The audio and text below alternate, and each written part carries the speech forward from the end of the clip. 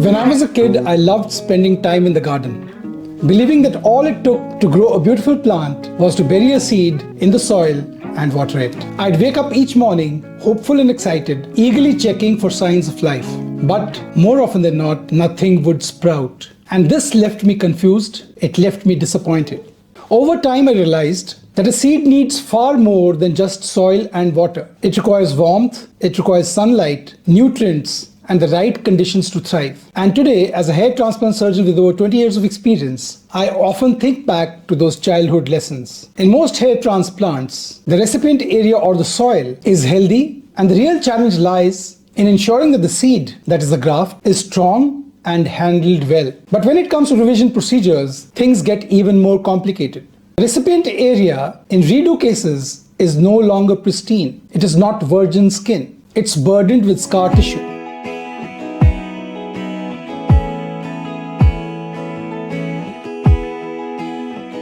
Almost like trying to grow a new plant in soil that's been hardened, soil that's been depleted. Now the challenge isn't just about ensuring that the seed is healthy. It's also about trying to find ways to nurture the soil back to life. In redo procedures, therefore, the problem now lies both with the seed and the soil.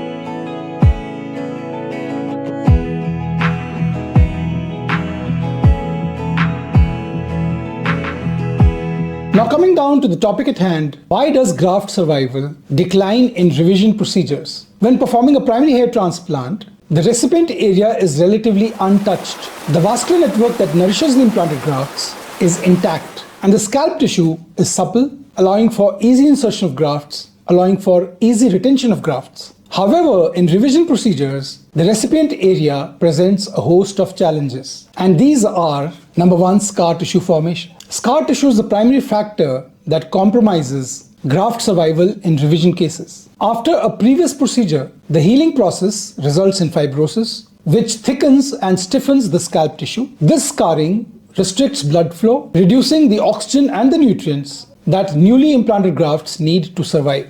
Imagine trying to plant a seed in dry, cracked soil. Even if the seed is healthy, the chances that it will sprout are drastically reduced. In an untouched scalp, the blood vessels provide ample circulation to support newly transplanted grafts. However, previous incisions and microtrauma disrupt this network. With each subsequent procedure, this scarring reduces blood flow, reducing the oxygen and nutrients that is very essential for the grafts, newly planted grafts, to survive. However, previous incisions and microtrauma disrupt this network. With each subsequent procedure, the available vascular bed or the arterial network becomes less and less efficient. This is why a second procedure in the same area often results in weaker, patchier growth. Repeated surgeries reduce the elasticity of the scalp tissue. Skin that has been stretched, skin that has been manipulated multiple times over becomes rigid, making graft placement more challenging. If you plant higher density, the grafts are going to keep popping out because the scarred skin,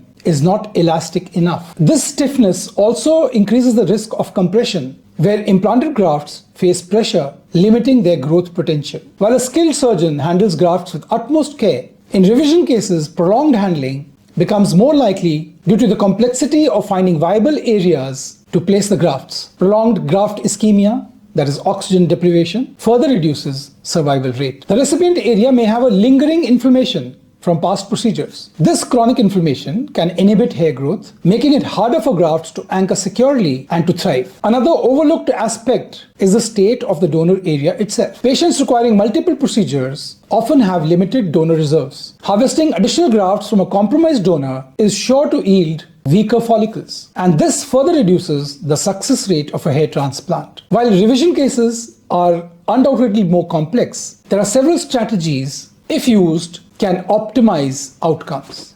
And these are preoperative scalp conditioning, improving scalp vascularity before the procedure. And this can significantly enhance graft survival with techniques such as microneedling, techniques such as PRP, and application of minoxidil that boosts blood flow to the recipient area. In revision cases, a strategic approach is crucial. Placing grafts in areas where the scalp shows better vascularity and avoiding regions with dense scarring improve overall survival rate. And the use of smaller grafts in scarred areas will often yield better results. Extended out-of-body ischemia time should be minimized. Using advanced storage solutions like hypothermosol, using A-cell, using PRP as well, that preserve follicular vitality can make a notable change in graft survival rate. The in vivo graft preservation technique that I use at Darlingbird's clinic, and I've used it for several years, has stood me in good stead. Rather than attempting to fill an entire bald area that has noticeable scarring in one go, staged procedures after 6 months or 1 year or even 2 years, a time period that has allowed the skin to recover,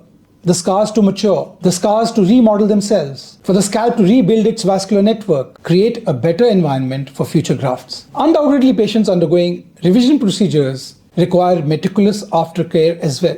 Anti-inflammatory medications and a host of other treatments and a strict adherence to post-operative protocols can reduce complications and improve results. Patients often expect their second, third, or even fourth procedures to deliver the same dense, natural-looking result as their first. However, with compromised scalp conditions, this is rarely the case. The goal in revision cases is to create an improved appearance, camouflage scarring, and add density where possible, rather than achieving flawless coverage. I often explain this to the patients using the garden analogy. If you plant a seed in a rocky soil, you can't expect the same lush growth as you would from fertile ground. The trick lies in nurturing that seed with additional care to achieve the best possible outcome. Many patients seeking revision procedures carry emotional scars along with their physical ones. Failed transplants, unnatural hairlines, or patchy growth often lead to anxiety, often lead to self-doubt. As a surgeon, empathy is crucial. Managing their concerns while providing honest insights about their achievable outcome is key to building trust and ensuring overall satisfaction. A second or third hair transplant procedure is like trying to plant flowers during a drought. Each new attempt faces tougher conditions, requiring extra care,